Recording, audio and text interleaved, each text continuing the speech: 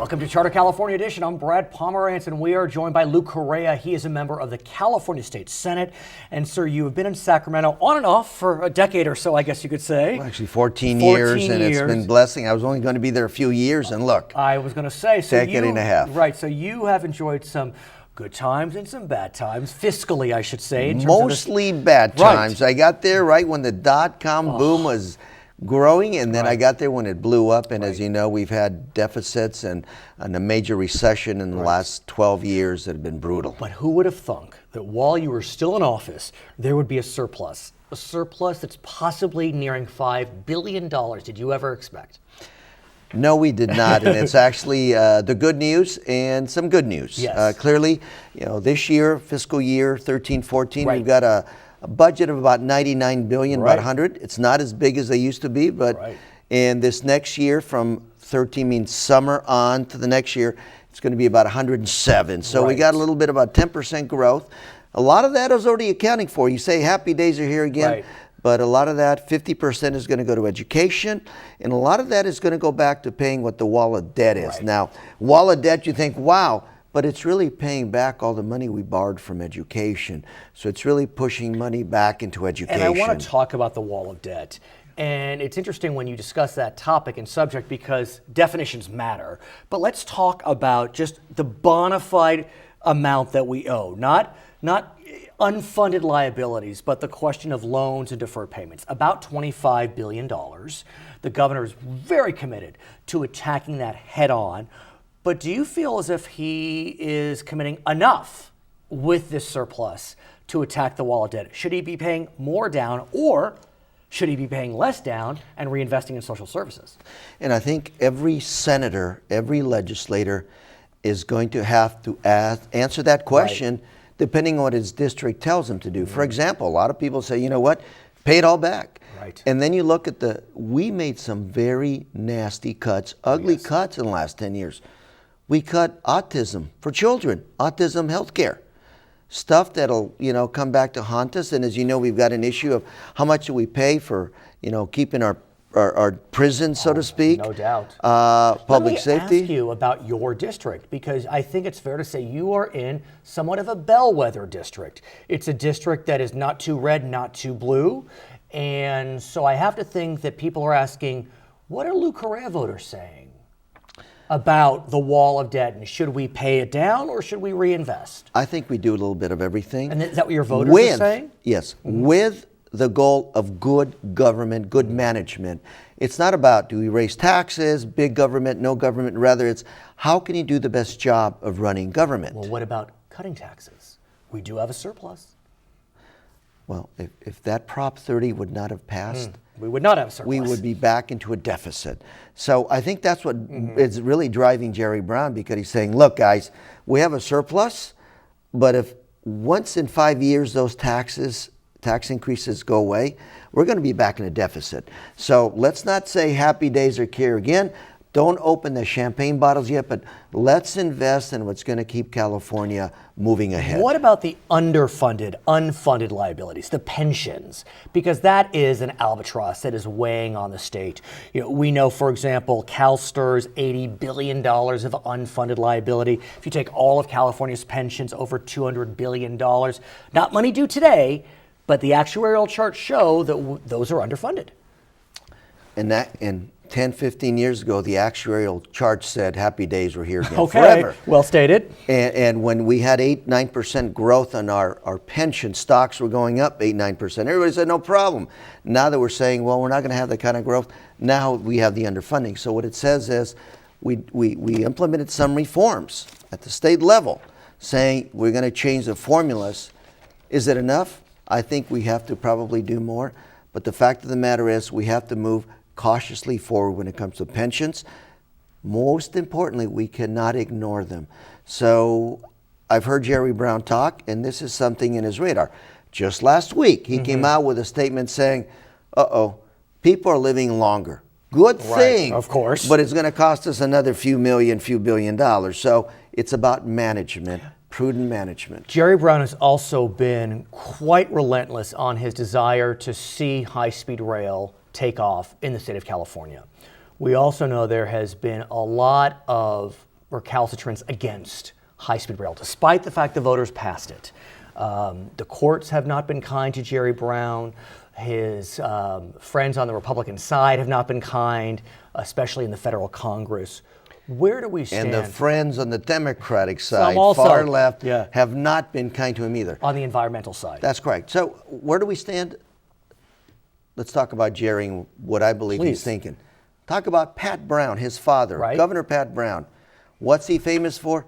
Building the highways, building the aqueducts, the infrastructure that made California great. Jerry Brown, part two, meaning he came back to being governor 40 years later. Right. I think he learned a lesson. So what he's going to do is he's going to invest in California's infrastructure. Big ideas. The aqueducts to bring water from the Delta plan down to Southern California. Dependable, reliable water.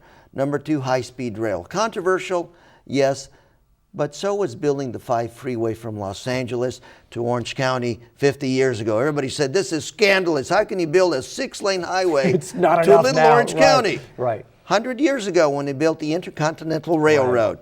That was also controversial. I understand. But the bottom line is, if you look at the proposition that allows high-speed rail to march forward, it requires funding sources.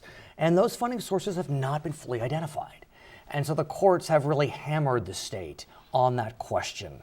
So, you have the courts hammering the state, you have Republican congressmen in D.C. hammering the state, you have voters that are a little nervous, you have, as you described, environmental lefties a little nervous. So how do you build that coalition so this stays on track, if I can use that metaphor? I think Jerry's got to provide the leadership, and he has, saying we're going to do this, and we're going to move forward. The courts will have their issues. Others in Congress have their issues. I mean, look, at the federal level, I don't think you get anything done. They're so divided in Washington. That's a whole terrible. other conversation, yeah, right? That's another. But in Sacramento, I think most people are moving in the same direction. For the most part, we're going to build this. Where's the funding? Good question. If I was to ask you right now, where's the funding to maintain our highways for the next 20 years? What would your answer be? Yeah, I mean, it's hard to know. It's hard to know, right? But I think the fact that we are going to do this, we're going to take it piecemeal, a little bit at a time. You're not afraid that, for example, we build the center spoke in Madera County to Bakersfield, and then we're out of money and we have this orphan rail? I think the way to look at the high-speed rail is you have all the feeder lines that already exist. Right. So once you build that center spine, you will already have traffic using it. The issue really is one that I think is a legitimate one is, this is supposed to be high-speed rail. You're supposed to have trains going at 500 miles an hour through California. Is that going to happen? But the proposition requires that that's what I'm saying. From That's LA a to San trick. Francisco that it goes 2 hours and 20 minutes. That's the trick. And that's why I said it's a legitimate question. Will you have it useful utility in terms of moving goods, people across the Central Valley? Yes. The question is, you're going to get it up to 300 miles an hour. So where does high-speed rail move from here? We know the court has asked for an expedited review, meaning the higher court is telling the lower courts to expedite any review on these questions. I mean, are the Democrats going to hold firm on this and support the governor on this plan? Because, like you said, it's controversial. Well, I'll be honest with you, between you and me. Oh, yeah, no one else. I think most Democrats are going to hold. Really? I'm going to hold because I think it's a great investment for the state of California. It's going to provide jobs for every construction job that you have. Right. You can have 3 or 4 others in the community. And that's the area, Central Valley is where you have 30% unemployment. One would think 30% unemployment. Could be a job boom. I mean, there's no question. It will be. But we'll have to see what happens. Okay, his name is Luke Correa. He is a member of the California State Senate. When we come back, we'll be speaking with Doug Otto. He's a member of the Community College District in Long Beach, also a candidate for mayor of Long Beach. I'm Brad Pomerance. It's Charter California Edition. If construction on California's highway speed rail began on January 1st, 2014, how much would the project need to spend per day to complete Phase 1 by 2017, as currently required by the federal government? $550,000, $1.3 million, $2.5 million, or $3.75 million? If construction on California's high-speed rail began on January 1st, 2014, the project would need to expend $3.75 million each day to complete Phase 1 by 2017, as currently mandated by the federal government. Welcome back. It's Charter California edition. We are joined by Doug Otto. He is a member of the Community College District in Long Beach, also a candidate for Long Beach mayor. So I want to start by speaking with you about the community college.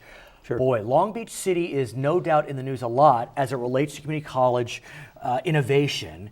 There was a bill that was carried by a Santa Barbara Assemblyman, Doss Williams, Right. that would allow a small group of community colleges to offer intersession classes at a higher rate.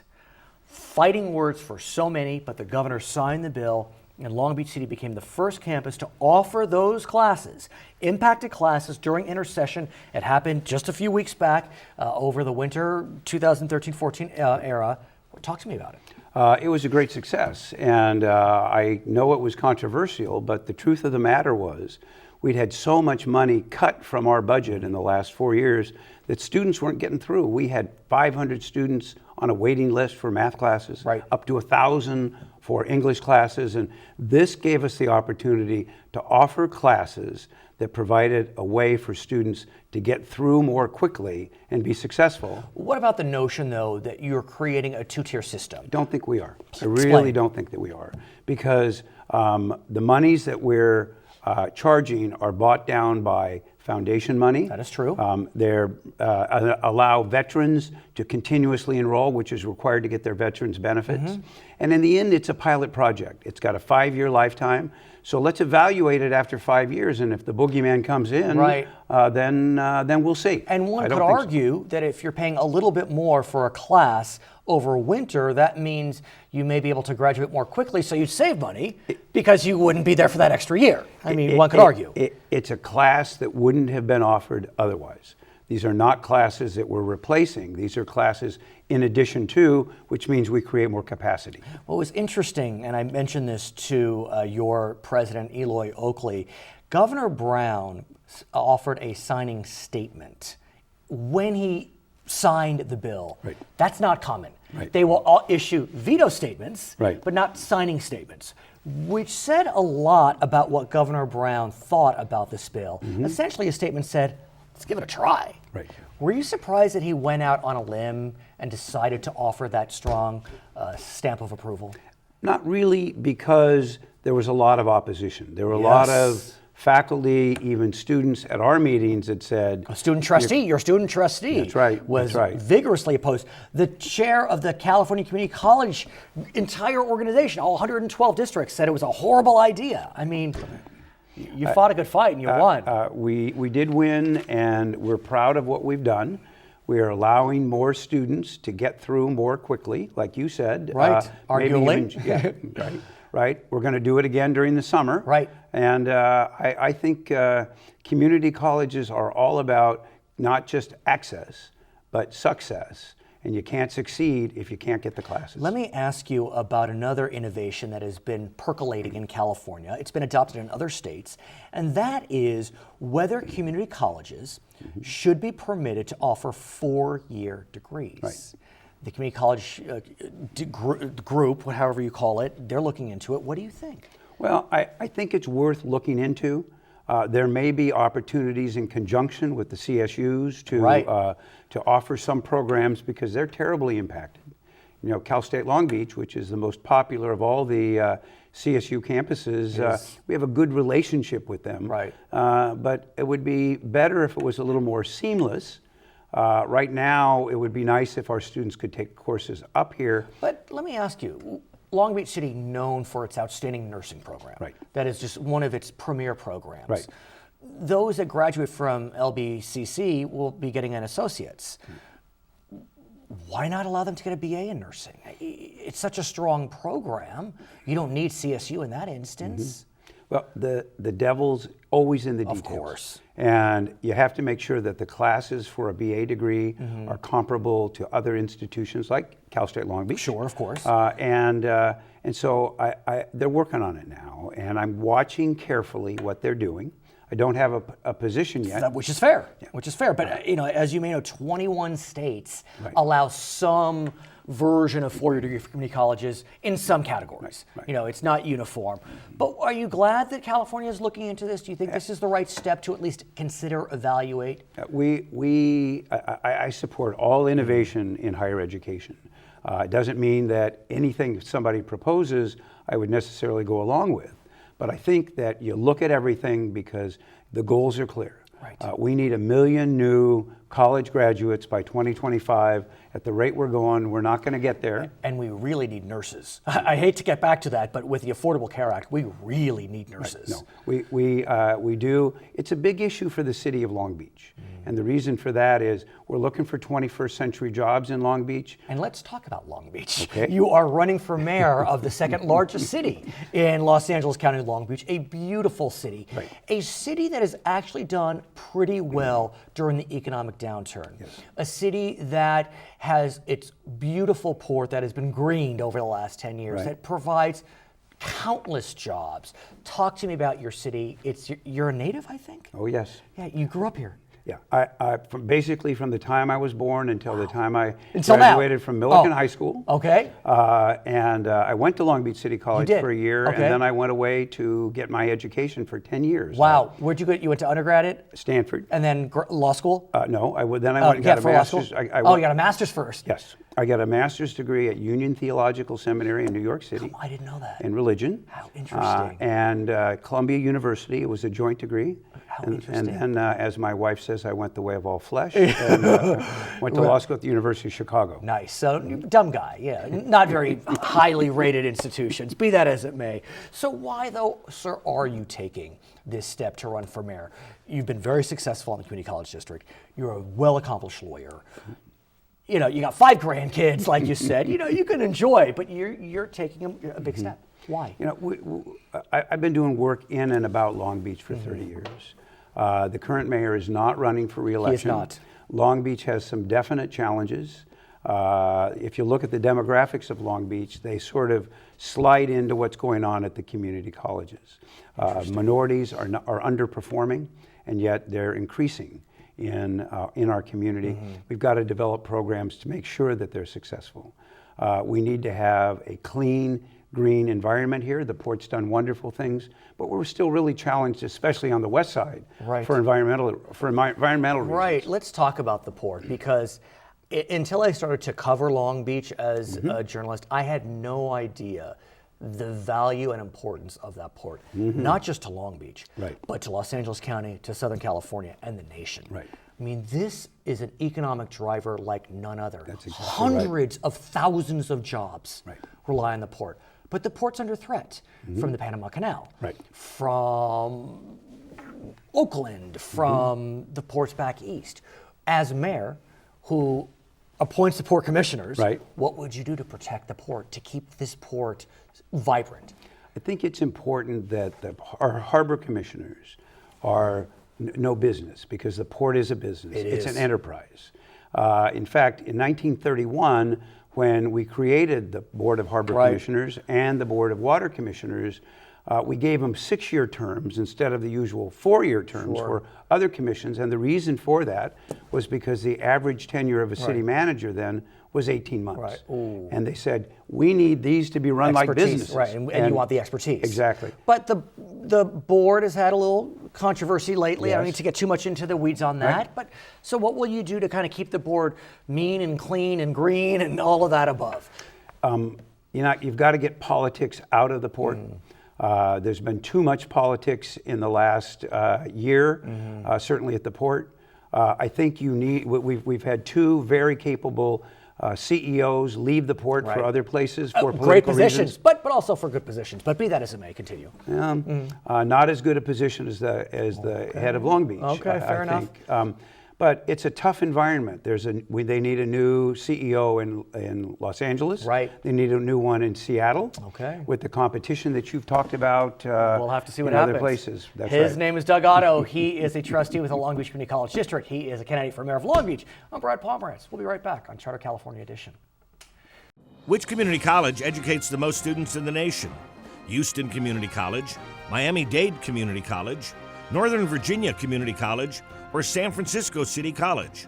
Miami-Dade College educates the most community college students in the country, 174,000.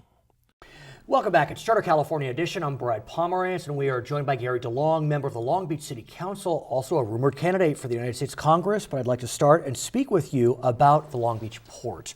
We recently spoke with Doug Otto, who's a candidate for mayor in Long Beach, and we were talking about the importance of the port. But we were also talking about how the last year or so has been a little rocky, both with the port commissioners as well as senior staff. How is the port doing in that area? Because it is so important to Southern California.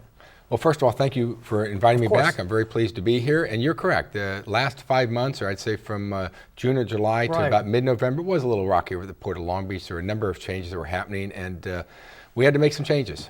But we don't have a new executive director as we speak today. We don't, but we've hired an executive search firm. They're beginning the process. We have a very stable board of harbor commissioners. There is one vacancy currently, but they're working very well together. So things have calmed down and going great at the port. I guess why I ask you this is the port is so invaluable, both to the city of Long Beach, Southern California, and the nation. Yes, all those things. Yeah, that if the port starts to falter, it could really impact this region. And we know there are threats, as I spoke with Mr. Doug Otto about, from the Panama Canal, from Oakland, from Texas, from North Carolina, from everywhere. And you're right. One out of every 8 jobs in the region is created by a port or goods movement industry, so it's extraordinarily important. But when you talk about threats, that's business. There are competitive threats to your business all the time. There's threats in the communications business. We need to be on our A game right Yes, now. we do. The Absolutely. port needs to be on its A game. And it is.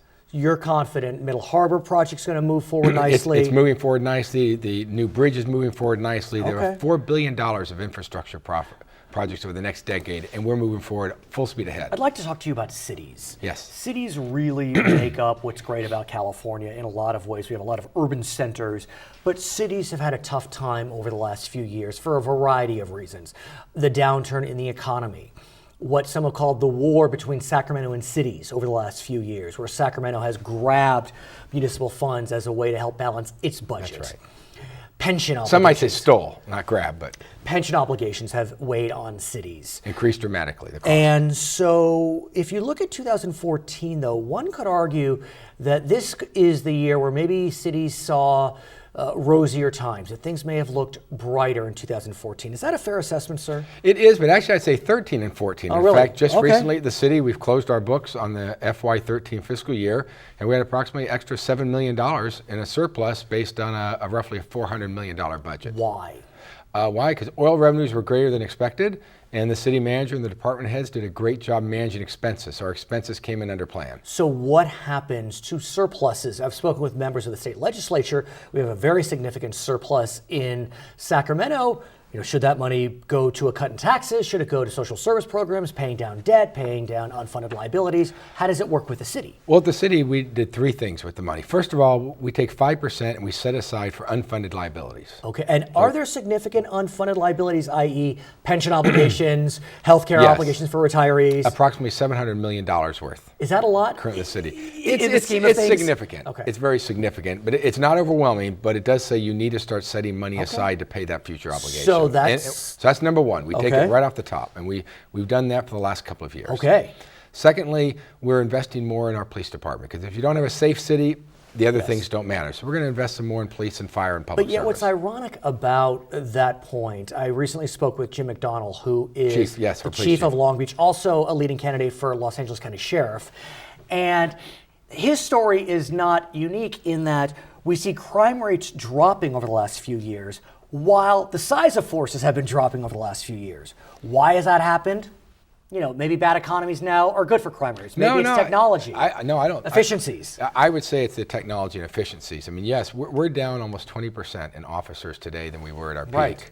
And violent crime is down almost 20% as well. We had a 41-year crime low in the city of Long Beach. So things are going extraordinarily well. But I will tell you, it's because our chief has been able to manage with limited resources. He's been able to be smart, use technology as a force multiplier. He and his command staff and the men and women of our police department do a better job per person today than they did just 5 years ago. They're doing a terrific job. But really, that's why it's happening. Okay, so unfunded liabilities, police, anything else? Yes, and we make some investments back in the community. For example, we've had a very significant park, new fire station, et cetera, in North Long Beach. We needed a little bit more money to finish it off, so we took some of those dollars, about $4 million of it, and we're going to finish off that project. It's going to be great for that community. So I want to shift gears and talk about the United States Congress. You ran for Congress last year. I did. As we speak in today, 2012, yes. As we speak, thank you. Last cycle, I should say. As we speak today, there are rumors circulating about whether you may run again. You need not confirm or deny. I appreciate that. Thank you. But let's just, for argument's sake, talk about potential involvement in Congress, either because you won in 2012 or because you're going to win in 2014. Yes. What do you see about that body, in the past and as we look into the future? Well, I guess, from a personal perspective, I think you would have found me to be a more moderate member of Congress, somebody that could bridge both sides. For example, the debacle last year, the government shutdown, that was ridiculous. But it was ridiculous from both sides. I think the Republicans certainly asked for too much, right? By saying you're going to repeal Obamacare or we're not going to support a budget. They ended up with nothing. But there wasn't a lot of compromising happening on the other end either. At the same time, the Republican Party has been very effective with keeping its members in line. And so I wonder... More lately than previously. Right. So I wonder if you would have been able to step out and say, this government shutdown is outrageous. Well, I clearly would have stepped out and said it. There's no doubt in my mind that I would voted speak my against position. it? Absolutely. Really? Yes, I would have. Now, it was crazy. There was no advantage to the American people by taking that action. At this stage, we don't know, you may not know if you'll be running as a Republican or a decline to state. And I want to get a sense from you, and feel free to talk about this most philosophically as opposed to your specific situation. What do you make of the potential candidacies of decline to state? And keep in mind, you may know this, Dan Schnur. Dan Schnur, longtime Republican operative, but very well respected on both sides of the aisle. He is running as a decline to state for Secretary of State. That's correct. And that's caused a lot of kind of interest, excitement, fear. So what do you make of potential... Fear by... You're at the parties. Yes. At the parties. So what do you make about potential decline to state candidacies? I'm sorry to interrupt, but Henry Waxman, who's announced he's retiring. He got close. He almost lost to a decline to state in 2012. Bill Bloomfield, it was the closest race Henry Waxman has had for 30 years, and it was by a decline to state independent candidate. Yet he's not running this time, even though Mr. Waxman's moving on. But okay, I'm speaking too much. What do you make of decline to state candidacies? Well, I think what you're going to see more of them. I think you're going to see the more viable candidacies. 4, 5, 6 years ago, you would have written it off and said, "Wow, that would be a waste of my vote." Today, you're looking at it and say, that might be the future. Why?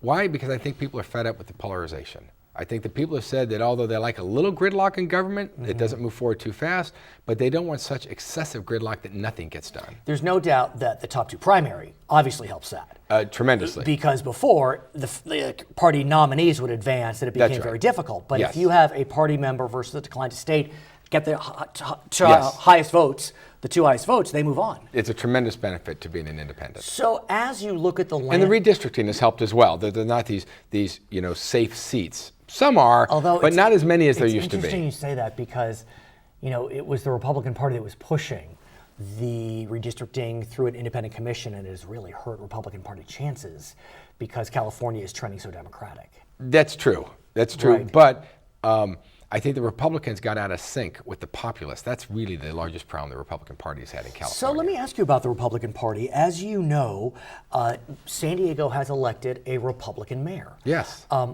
Against all odds. Quite a victory.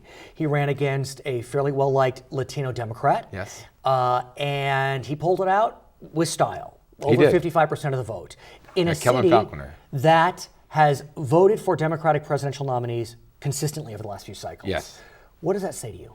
Well, I think what that says is that people are willing to go outside their party. And if you go back to your earlier question regarding independent candidacies, that's where you're going to see it. People are willing to vote outside their party. Republicans are willing to vote for others. Democrats are willing to vote for others. And I think you're going to see is it's actually easier to vote for an independent than it is a member of the other party. It's fascinating to see what will happen with Mr. Faulconer. Some have calling him the kind of the bright light of the California Republican Party. Well, hopefully it's more than that. Hopefully he's going to be a collaborator and build some consensus so that the next election it'll be more of a bipartisan candidate. He's Gary DeLong, I'm Brad Pomerance, and you are watching Charter California Edition.